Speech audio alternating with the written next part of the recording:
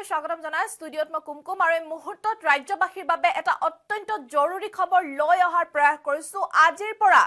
গাঁৱে গাঁৱে অনুষ্ঠিত হ'ব গাঁও সভা আৰু তাৰ লগতে আজিৰ পৰা প্ৰদান কৰা হ'ব ৰেচন কাৰ্ড যিসকল ৰেচন কাৰ্ডৰ নতুন হিতাধিকাৰী আছে তেওঁলোকে আজিৰ পৰা লাভ কৰিব ৰেচন কাৰ্ড আৰু অৰুণোদয় আঁচনিৰ বাবে আজিৰ পৰা গাঁৱে গাঁৱে অনুষ্ঠিত হ'ব গাঁও সভা প্ৰায় 20 লাখ নতুন হিতাধিকাৰীয়ে আজিৰ দিনটোত লাভ কৰিব ৰেচন কাৰ্ড আৰু আপুনি ৰেচন কাৰ্ডখন লাভ কৰাৰ লগে লগে চৰকাৰী অন্যান্য সুবিধাসমূহ লাভ কৰিবলৈ সক্ষম হ'ব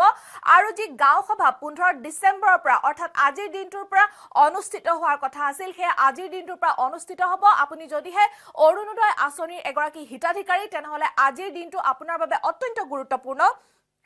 কিয়নো আজি প্ৰত্যেকখন গাঁৱতে অনুষ্ঠিত হ'ব গাঁও সভা যিখন গাঁও সভাত অৰুণোদয় আঁচনিৰ হিতাধিকাৰীসকলৰ নাম বাছনি কৰা হ'ব যিসকল পুৰণি হিতাধিকাৰী আছে তেওঁলোকে নিজৰ নাম পুনৰ পঞ্জীয়ন কৰিব লাগিব আৰু লগতে আজি প্ৰায় 20 লাখ লোকক ৰাজ্যত প্ৰদান কৰা হ'ব নতুনকৈ ৰেচন কাৰ্ড এই মুহূৰ্তত আমি জনাই যাব বিচাৰিছো সবিশেষ খবৰ বিস্তাৰিতভাৱে ৰেচন কাৰ্ড নোপোৱা সকলৰ বাবে এই মুহূৰ্তত এটা ডাঙৰ খবৰ আমি লৈ অহাৰ প্ৰয়াস কৰিছো আজি লাখ লাখ লোকে লাভ কৰি ৰেচন কাৰ্ড আজি দিনটোত ৰেচন কাৰ্ড লাভ কৰিব ৰেচন কাৰ্ডৰ বাবে আবেদন কৰা সকললৈ এই মুহূৰ্তত এটা জৰুৰী খবৰ আমি লৈ আহিছো ৰেচন কাৰ্ড আৰু অৰুণোদয়ক লৈ মুখ্যমন্ত্ৰীৰ বৃহৎ ঘোষণা ৰেচন কাৰ্ড আৰু অৰুণোদয়ক লৈ মুখ্যমন্ত্ৰীৰ বৃহৎ ঘোষণা আপুনিও লাভ কৰিব চৰকাৰৰ ৰেচন কাৰ্ডৰ সুবিধা আজি জিলাই জিলাই প্ৰদান কৰা হ'ব লাখ লাখ ৰেচন কাৰ্ড আজি জিলাই জিলাই প্ৰায় লাখ লাখ ৰেচন কাৰ্ড প্ৰদান কৰা হ'ব আৰু প্ৰায় 20 লাখ হিতাধিকাৰীয়ে লাভ কৰিব ৰেচন কাৰ্ড 20 লাখ হিতাধিকাৰীয়ে এই ৰেচন কাৰ্ড লাভ কৰিব আৰু ৰেচন কাৰ্ড লাভ কৰা মানে চৰকাৰী অন্যান্য সুবিধাও আপুনি লাভ কৰিব পাৰিব আৰু লগতে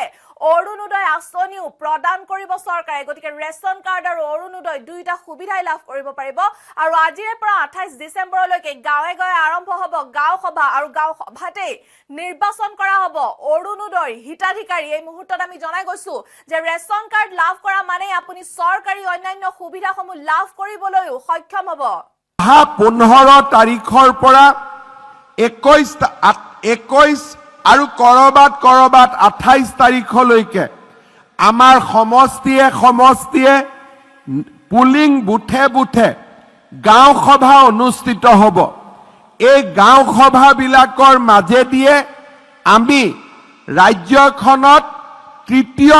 যিটো অৰুণোদয় তৃতীয় সংস্কৰণ বুলি আমি কওঁ তাৰ হিতাধিকাৰীসকল আমি নিৰ্বাচিত কৰিম ইয়াৰ ফলত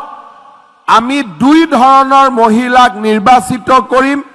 এটা হৈছে যিসকলে পুৰণা অৰুণোদয় পাই আছে তেওঁলোকে নতুনকৈ অৰুণোদয় পাব যোগ্য হয় নে নহয় তাৰ বিষয়ে আমি বিচাৰ আৰু বিবেচনা কৰিম অৰ্থাৎ কোনোবা যদি কাৰোবাৰ ঘৰত এই সময়ছোৱাত চৰকাৰী চাকৰি হৈছে আৰ্থিক অৱস্থাৰ উন্নতি হৈছে তেতিয়াহলে তেওঁলোকে অৰুণোদয় তৃতীয়টোৰ বাবে তেওঁলোক হিতাধিকাৰী হিচাপে নাথাকিব সেই কাৰণে যিসকলে আগতে অৰুণোদয় পাই আছে তেওঁলোকেও নিজৰ নাম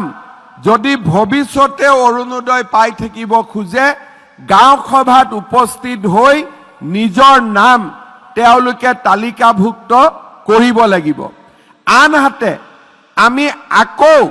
যিসকলে কেতিয়াও অৰুণোদয় পোৱা নাই তেনেকুৱা অৰুণোদয় নোপোৱা প্ৰত্যেকটো সমষ্টিতে আমি 10ৰ পৰা 12-13 হাজাৰলৈকে আৰু নতুনকৈ আইমাতৃসকলক আমি অৰুণোদয়ৰ কাৰণে নিৰ্বাচন কৰিম অৰ্থাৎ যোৰহাট সমষ্টিত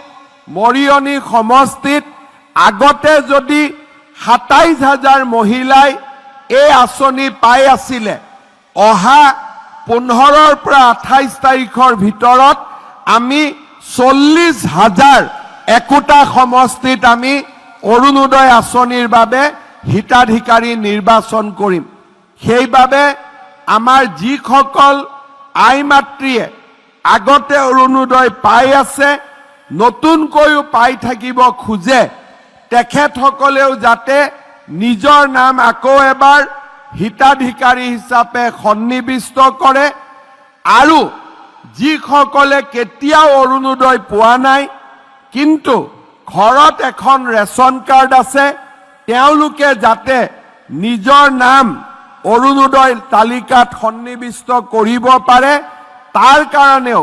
চৰকাৰে 15 তাৰিখৰ পৰা 28 তাৰিখলৈকে যি সুবিধা আগবঢ়াইছে সেই সুবিধা গ্ৰহণ কৰিবৰ বাবে মই সকলোকে অনুৰোধ জনাম।